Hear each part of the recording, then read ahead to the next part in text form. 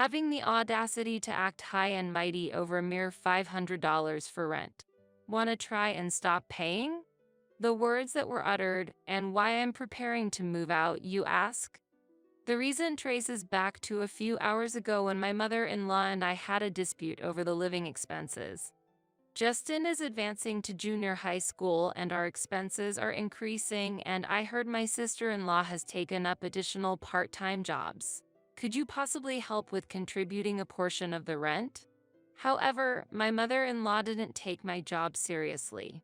She even went as far as to belittle it, saying drawing pictures was merely some sort of playing around. If you don't want to pay, you might as well leave the house. That was the moment I had been waiting for. Finally, the time had come. I quietly stood up, said nothing, and walked to my room. Later, my sister-in-law came in and taunted, "If you're so smart, why not stop the payments then? If that's what they want, I can do that. Sure, I'll stop." And with that, I left the house with a smile. I vowed to clear the resentment of the past 13 years. My name is Gina Manning. At 42, I work from home as a freelance designer. I currently live with my in-laws, have a 13-year-old son, and my husband Robert is stationed abroad. We met in college. Although we were classmates in university and had attended the same high school, we hardly interacted or conversed until we joined the same club in university. The reason was that I had been a student in an integrated course that spans from middle to high school for 6 years, while Robert had joined a regular course upon entering high school. While I was always in A class, Robert was in B class or lower, so we had little to no contact. However, we ended up at the same university and club by chance, and this was the beginning of a friendship. Robert and I got along well, and at 28, we decided to get married. Our life together was modest but peaceful and enjoyable, until suddenly our fate took a different turn. At 29, a year after our marriage, we began living with my in-laws. Reason was due to my father-in-law falling ill and no longer being able to work, requiring care. My mother-in-law was always devoted to household chores, and it seems my sister-in-law, Sarah, was supporting herself with part-time jobs. At that time, Robert earnestly asked for my support, kneeling. "I can't handle this alone. I know it's a burden to you, but please, I need your help." I couldn't refuse such a request. When he proposed, his family warmly welcomed me, and I never felt uncomfortable. Besides, my parents have long passed away. Since my work was based from home and I would be able to continue doing so, I decided to move in with my in-laws. Only later would I realize that this decision was a big mistake. Living with my in-laws turned my daily life into a series of hardships. Robert was living together with us for a few months when suddenly the following conversation came up. "I'm sorry. I've been assigned a long-term business trip. I'll be joining a construction project overseas as an assistant supervisor. I'll return to the US occasionally, but it's unclear when the project will be completed. I'm truly sorry." I was genuinely surprised by this news, but I had anticipated such a possibility before our marriage. Robert works for a company with global operations and had mentioned the possibility of an overseas assignment in his 30s. He had said that if he were assigned overseas, he would likely spend several years abroad. While agreeing to a relationship with marriage in mind and ultimately choosing to live together was not something Robert should apologize for, the timing was unfortunate. There was still a slight distance between me and my in-laws, and I was worried about how well things would go in Robert's absence. Yet, I had no choice but to move on. I made up my mind and saw Robert off, but in his absence, my in-laws finally decided to reveal their true, ugly nature. "Gina, please take care of this." As I was hanging the laundry after washing it, my sister-in-law threw her clothes into the washing machine and started it. It was just childish harassment, forcing me to dry the clothes outside in the cold. Okay, this was how my in-laws treated me. They all mistook me for a mere housekeeper and acted arrogantly.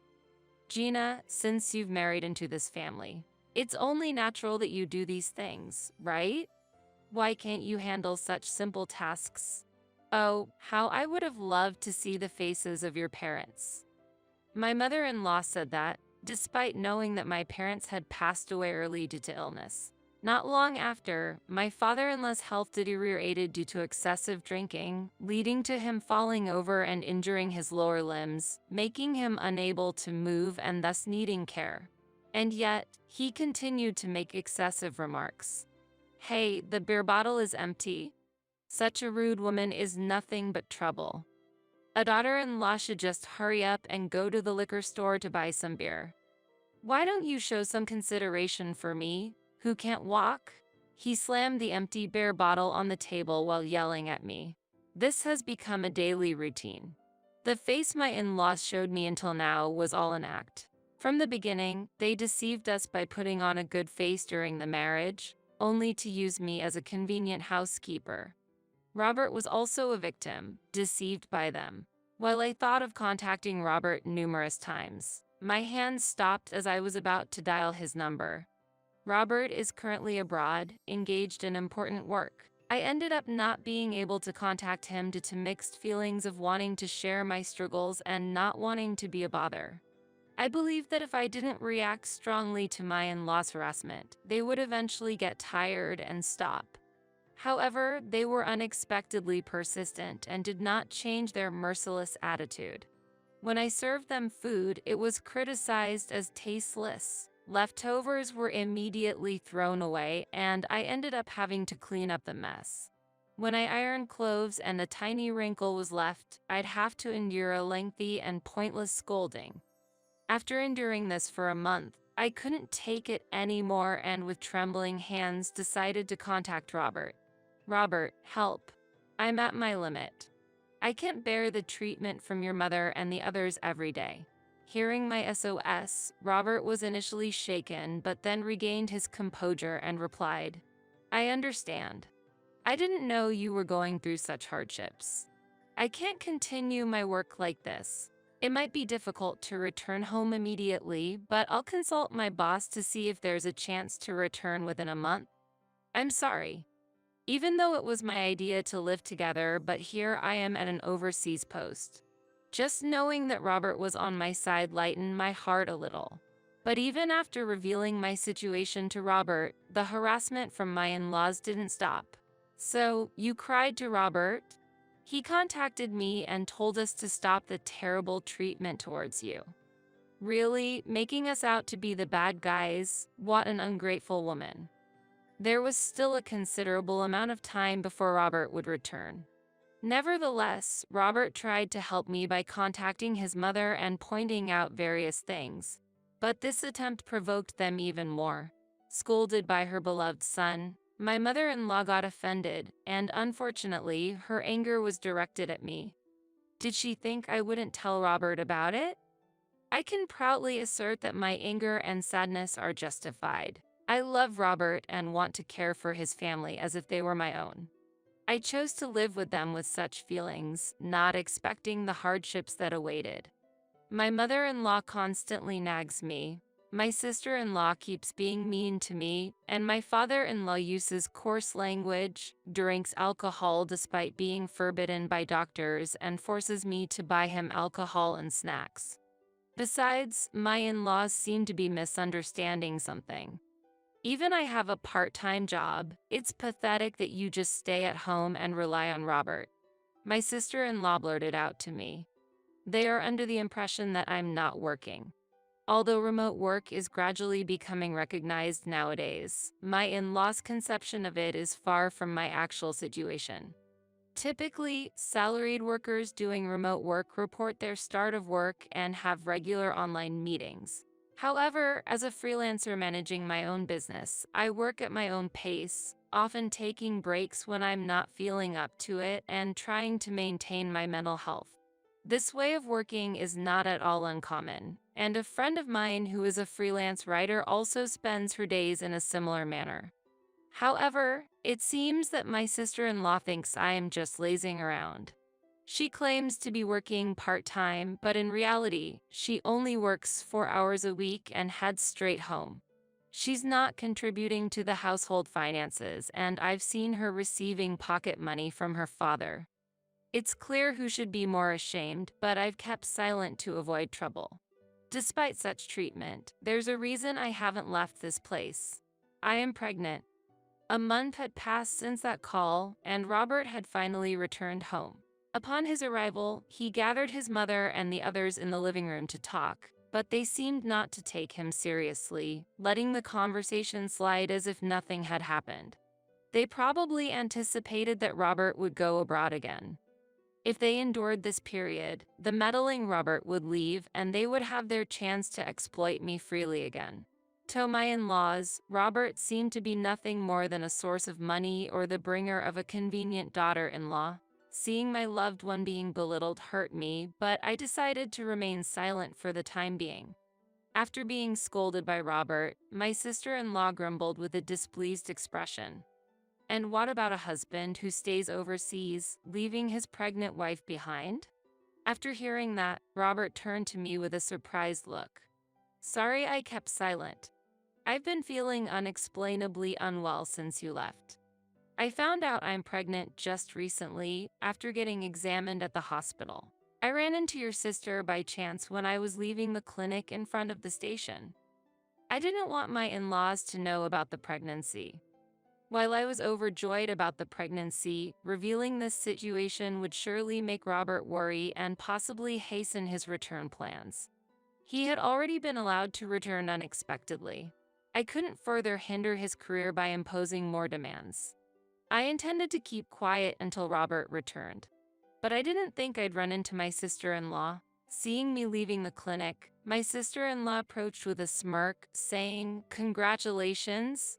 Since my brother is the eldest son, obviously he'll be the one to inherit the house. I'll make sure to tell this news to both Mom and Dad." By the end of the day, the fact that I was pregnant had reached my in-laws' ears. Nothing changed because of it.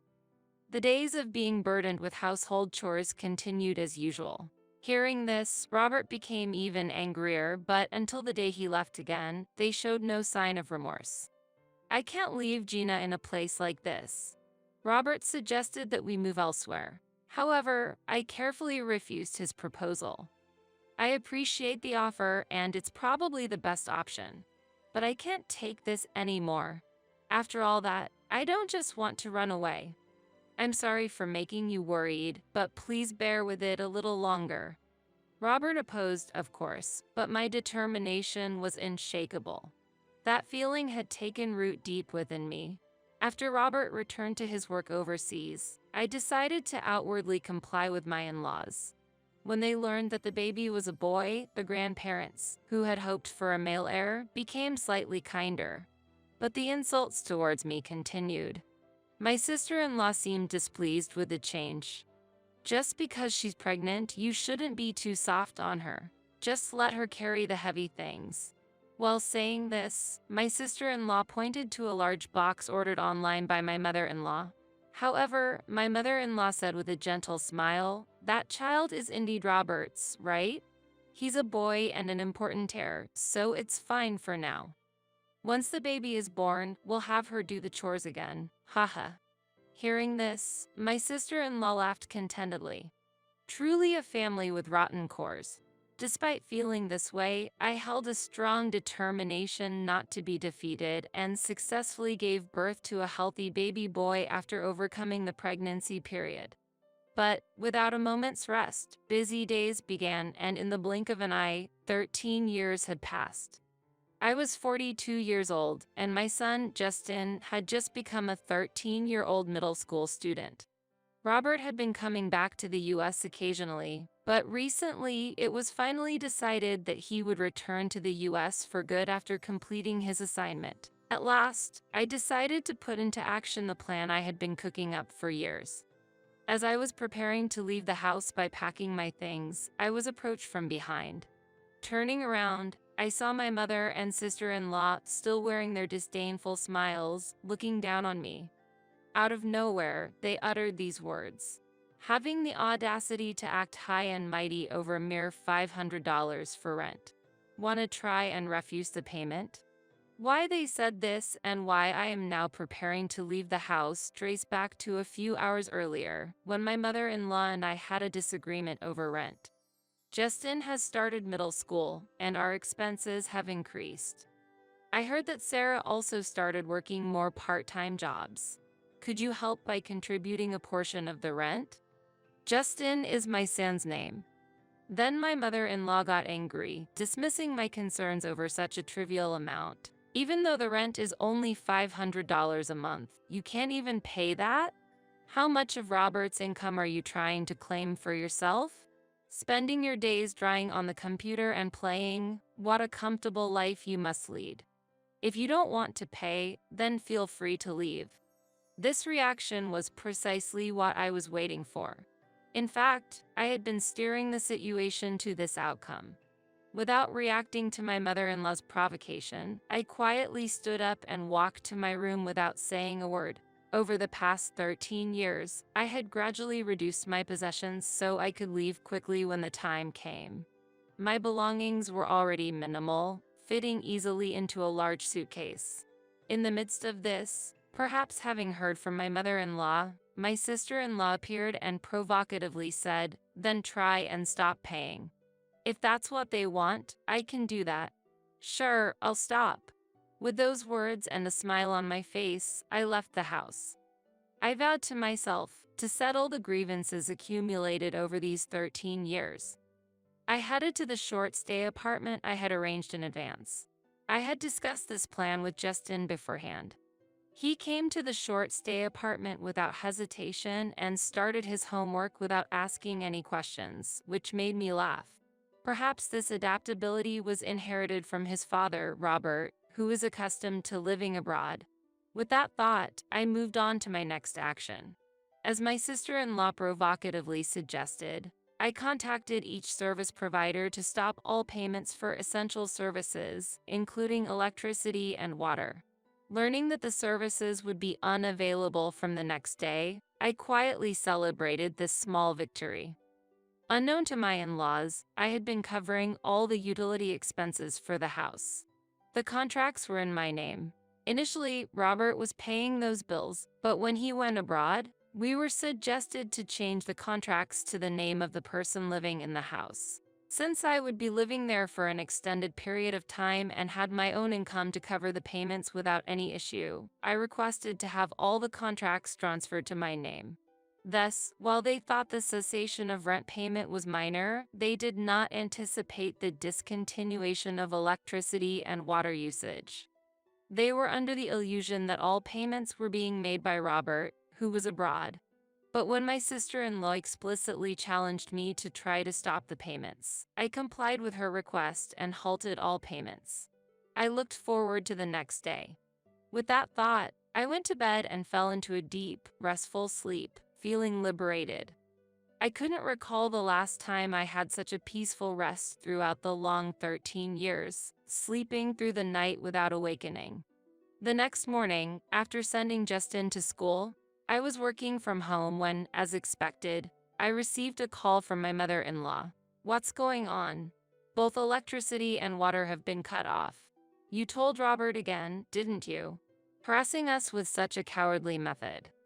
Aren't you ashamed?" In contrast to her shouting, I responded calmly. "Didn't you say it yourselves to try and stop the payments? Were you even aware that I was the one covering all the utility bills for the house? I was just following your instructions, so why should I be blamed?" This left my mother-in-law speechless. She must not have imagined that all the payments were under my name. Of course, the cessation wasn't limited to just electricity and water, but included other services as well. I had already contacted the gas company, and since I was no longer using the residence, I requested that they bill the in-laws living there for the rent. They should be receiving a call from the real estate agent soon. Then, over the phone, I heard my father-in-law's panicked voice. "The real estate agent contacted us about the next rent payment. Now we have to deal with the rent issue too. On top of the electricity and water being cut off, has Robert done something else?" Hearing my father-in-law's agitation made me smile involuntarily. Well, yes, everyone had belittled my job as just playing around drawing. After a moment of silence, my mother-in-law finally spoke. Even if you were the one making all the payments, that must have been Robert's salary. No? Humph, you're not in any position to talk. Really, troublesome women are such a bother. Her words infuriated me. I have been working consistently, not just relying on Robert. It might be time to reveal my truth to my ignorant mother-in-law. I actually earn my income through illustration and web design work. My annual income exceeds $100,000. If that's considered low, then you must be quite remarkable, I stated. At that moment, I could sense my mother-in-law gasping. She probably couldn't have fathomed this. The daughter-in-law she always scorned and assumed to be idle living had an annual income of $100,000. Wait, do you really think I'd fall for such a story? To my still skeptical mother-in-law, I disclosed the name of my company, suggesting she look it up.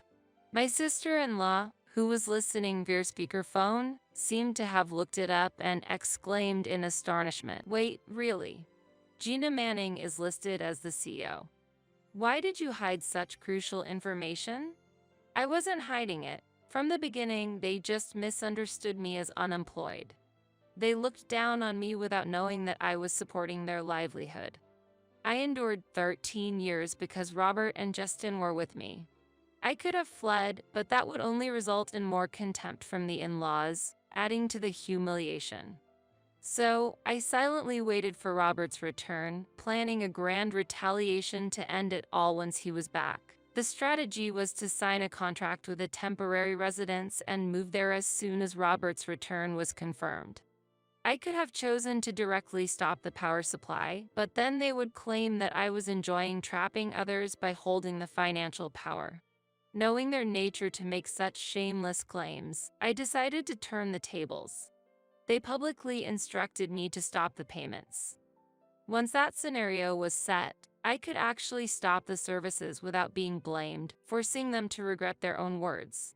While pondering how to bring about this situation, they provocatively said, "Stop the payment and show us," making things much easier for me than expected. I can't forget Sarah's confident face as she uttered those words. Rather than feeling hurt, I was somewhat looking forward to the upcoming events. When the in-laws realized their mistake, they began to desperately cover it up. So that was the case. We had no idea. You thought of us and didn't say anything. If you had told us about the actual expenses, we would have treated you differently. My anger surged again. What they meant was, if I had been a housewife with no income, their treatment would have been justified. That's unacceptable. Without an apology and making irrelevant excuses to protect their pride, my anger towards my mother-in-law only grew. No need for such excuses. As Sarah suggested, I have stopped all payments. Moreover, I have no intention of returning to you. Robert, Justin, and I will start a new life. I can no longer be within laws that fail to understand, so please handle things on your own from now on. With that, I ended the call. Despite receiving multiple calls from my in-laws, I felt no inclination to respond and blocked them. The constant ringing of the phone ceased, and the silence that followed was immensely liberating. All that was left was to await Robert's return and plan our next steps. I looked forward to that time while enjoying a moment of peace. Finally, the moment arrived, and Robert returned. His skin, darkened from working outdoors, contrasted with his bright white smile, though his eyes were sharp. "Sorry for the long wait." "Let's go," Robert said. I nodded immediately, and we drove towards the in-laws' house. Upon ringing the doorbell, my mother-in-law appeared with a vacant expression. Her skin was rough, her hair unkempt, and her roots were visibly untreated, indicating a long absence from the salon. When I was providing financial support, she lived comfortably, but now, without a job, she depended on her daughter, who was a part-time worker. This was exactly what I had intended. People accustomed to living on someone else's dime don't easily adjust their sense of money. For my in-laws, who had been comfortable for 13 years, this new reality must have been painful. Gradually, my mother-in-law raised her head and looked at us intently. At that moment, it seemed as if a light returned to her eyes as she stared at us. I asked her why she was in such a state. Suddenly, she erupted in anger. "It's all your fault. You kept earning quietly, deceiving us, didn't you? How insolent. Ever since you left, our income stopped and the expenses soared, with me having to take care of father. Sarah is just loafing around, useless. Why do we have such ungrateful children? It's infuriating." She refused to admit her failures, maintaining her stubbornness. Her pride was indeed like a high mountain. As I harbored these thoughts, Robert quickly countered. "Let me return those words to you. It's your belief that serving parents is a child's duty that's wrong." I repeatedly pointed out Sarah's choice to be a part-time worker, didn't I? But every time you and father dismissed it, saying a woman just needs to marry. This led to a person who, even past 40, can secure a stable job and lazes around at home. At Robert's rebuttal, my mother-in-law was speechless, merely trembling and unable to respond. She was skilled at deflecting blame onto others, always scheming how to escape criticism. Seeing my sister-in-law behave this way, it felt like the apple didn't fall far from the tree. The argument at the doorstep lasted a while until my mother-in-law's phone rang. After smacking her lips, she checked the display when her face became pale. The call seemed to be from the police. Sarah was caught dining and dashing and is now in police custody. They want someone to pick her up. What on earth is she doing? Currently, only the parents were home, as my sister-in-law had gone out with a friend. She intended to dine at her friend's expense, who had suggested to meet up after a long time. Unaware of my sister-in-law's part-time work situation, the friend expected to split the bill after the meal, which enraged my sister-in-law. She insisted that the one who suggested to meet up should pay. However, it doesn't work like that. Isn't it a basic responsibility of an adult to pay for what you've consumed? They didn't share their meal. My sister-in-law ordered expensive dishes and premium wines, expecting others to cover the cost. Why should anyone else bear that expense? Despite it being her fault, she feigned ignorance and left the restaurant without paying. Caught by the owner, she was promptly reported to the police. Robert and I could only exchange wry smiles at this terrible outcome. My mother-in-law trembled at the amount my sister-in-law had racked up. Drinking wine worth several hundreds of dollars at an Italian restaurant in the afternoon and the total bill exceeding $400? Unbelievable, we don't have that kind of money. For them, $400 was a significant amount. In response to my mother-in-law's pleading gaze, I smirked and firmly stated, "I won't pay." That single sentence completely defeated her, causing her to crumble to the floor. Upon our arrival at the scene, we discovered that my sister-in-law's acquaintance had temporarily covered the bill, and the police had left. Naturally, this friend was now demanding reimbursement from my mother-in-law for my sister-in-law's share. Although I had anticipated some trouble, my mother-in-law quickly withdrew cash from a nearby ATM and handed it directly to my sister-in-law's acquaintance. While I was surprised at how readily she paid, Robert discreetly shared the background story. That person is the daughter of the owner of the company where our father used to work. Sarah only had a handful of close friends, and if you're talking about a middle school classmate, that would be her. She's quite well known locally, and it seems the decision to comply was influenced by the fear of damaging our family's reputation. Looking at my mother-in-law again, I saw her repeatedly apologizing to my sister-in-law's friend in a pitiful manner. My sister-in-law's acquaintance offered a word of advice and then left, swishing her long hair. It was clear that my mother-in-law's attitude, born out of fear for the family's reputation, might cause my sister-in-law's few remaining friends to distance themselves. My sister-in-law, having been scolded by the shop owner, appeared before us and was shocked to see us. "Why are you here?" she exclaimed, covering her face and starting to cry. Her disheveled appearance, a stark contrast to her past focus on beauty, must have been an embarrassing moment for her. Witnessing my sister-in-law, who once looked down on me, fall so low brought a sense of relief to me. Robert seemed to share this sentiment, giving her a cold look. Overwhelmed by his gaze, my sister-in-law eventually broke down crying, unconcerned with the onlookers. Yet, I felt skeptical about her crying. After all, she had just attempted to evade paying for her meal and then had her mother settle it instead. My sister-in-law had always been conscious of others' opinions, especially about her appearance, spending her income not on the household but on dubious supplements and odd mirrors from shady salons, resulting in wasteful expenses. Ultimately realizing their mistakes, both my mother and sister-in-law apologized and kneeled in front of us. "We're sorry, it was our fault. We won't harass Jean again. Please come back." Their plea was sincere. For my prideful mother-in-law to kneel for an apology, the situation must truly have been dire. However, my sister-in-law stubbornly refused to apologize, maintaining her stance. "I'm not at fault. I won't give in like my mother, so I definitely won't apologize." It was neither I nor Robert who showed anger at these words, but my mother-in-law herself. "I've had enough. Don't ever come back to this house. With this $400, our ties are severed. If you had worked properly or gotten married, this wouldn't have happened."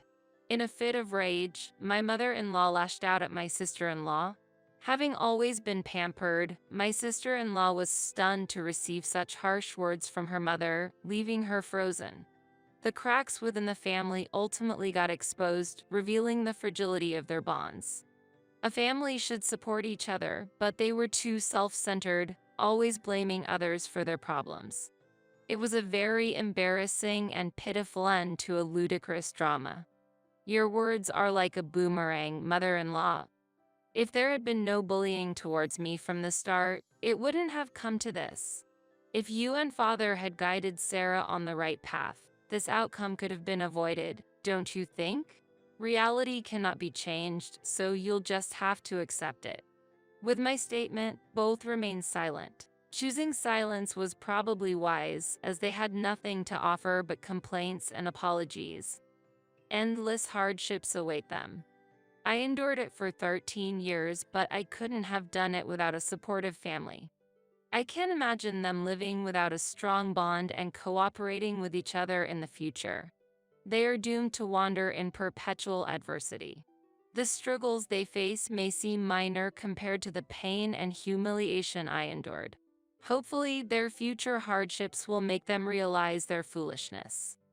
My mother-in-law has apparently started a part-time job out of financial necessity. However, past deeds aren't easily undone. My father-in-law fell again. The reason was clear. He continued to consume alcohol despite the doctor's warnings. The result of continuously purchasing cheap alcohol was a deterioration to his health, leading to a long-term hospital stay. As my father-in-law complained about the bland hospital food, my mother-in-law had a myriad of other concerns and was extremely anxious. She had hoped that he would stay at home and rest, given his inability to work due to his leg condition. However, the medical expenses for his surgery and hospitalization heavily burdened the family's finances. Angry, my mother-in-law used up all the savings my father-in-law had hidden. Discovering this, my father-in-law was furious, leading to an argument that ended with scolding from the neighboring patients in the hospital room.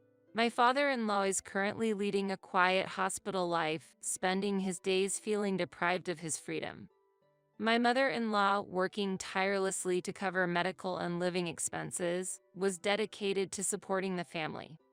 Despite her iron will, enduring it day after day, the accumulated fatigue led to her collapsing from overwork, ironically resulting in her being hospitalized too. Occasionally, there are requests for visits from her grandson, but it's hard to imagine Justin genuinely loving a grandmother who has continuously harassed his mother since he was little. Therefore, Justin chose to cut off relations with his grandmother, a decision that deeply wounded my mother-in-law, knocking her out completely. As for my sister-in-law, after being expelled from the house, her life grew even more challenging. She was caught stealing money at her part-time job, leading to her arrest. Far from showing remorse, she defiantly claimed, "I stole because I needed the money," leading to further problems. The amount she stole was substantial, and her repeated offenses came to light, ultimately resulting in a prison sentence. We couldn't help but offer a wry smile at this typical ending for my sister-in-law, hoping that one day she would regret her actions. Our family has purchased a high-rise apartment and started a new life. Even with our affluence, we strive to live humbly and peacefully, learning from the mistakes of my in-laws and avoiding being arrogant. While I'm not good at physical activities, my son Justin shows remarkable talent in fencing, competing in national tournaments and attending a prestigious school for it, enjoying a fulfilling high school life. Someday, I might find myself in my mother-in-law's position when Justin brings home a bride. When that time comes, I aspire to be a kind and supportive mother-in-law, never interfering unnecessarily but always ready to offer needed help, holding this as my heartfelt wish.